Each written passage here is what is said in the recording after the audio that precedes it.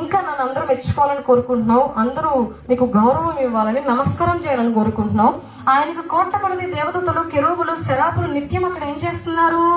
పరిశుద్ధుడు పరిశుద్ధుడు పరిశుద్ధుడు అని గాన ప్రతిగానాలు చేస్తున్నారు. ఆయనను ఆరాధిస్తున్నారు, ఆయనను హెచ్చిస్తున్నారు, మహిమపరుస్తున్నారు.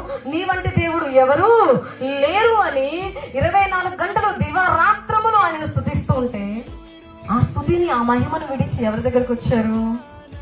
మనం ఆయన ఏ రోజు సరిగ్గా స్తుతించాం, ఏ రోజు ఆయనకి ప్రార్థన చెయ్యం, ఏ రోజు ఆయన గొప్పవాడని చెప్పాం.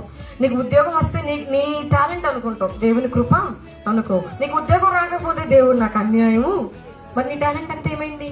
అంటే అయిందాక ఒక దారి, అయినాక ఒక దారి. ఇదా ఈ పరిస్థితుల మధ్యలో మనం నమ్మదగిన వారమా, నమ్మదగని వారమా? మనలో ఈ మంచితనము లేదు. ఈ రోజు ఇలా ఉంటాము, రేపు ఎలాగూ ఉంటాము. అయినా మన కోసం మహిమను విడిచి వచ్చారు. ఆ స్తుతుల పాత్రలన్నిటిని పక్కన పెట్టేసి నాకు మనుషులు రక్షించబడితే చాలు అని ఆ యొక్క పరలోకాన్ని విడిచి వచ్చారంటే ఆయన నిన్ను నన్ను ఎంతగా ప్రేమిస్తున్నారు. ఆయన వచ్చింది ఆయన ఒక్కడే పరలోకానికి తిరిగి వెళ్ళిపోవడానికి కాదు, పరలోకానికి మార్గం చూపించేది ఒక్క ప్రభువారు మాత్రమే. హల్లెలూయా.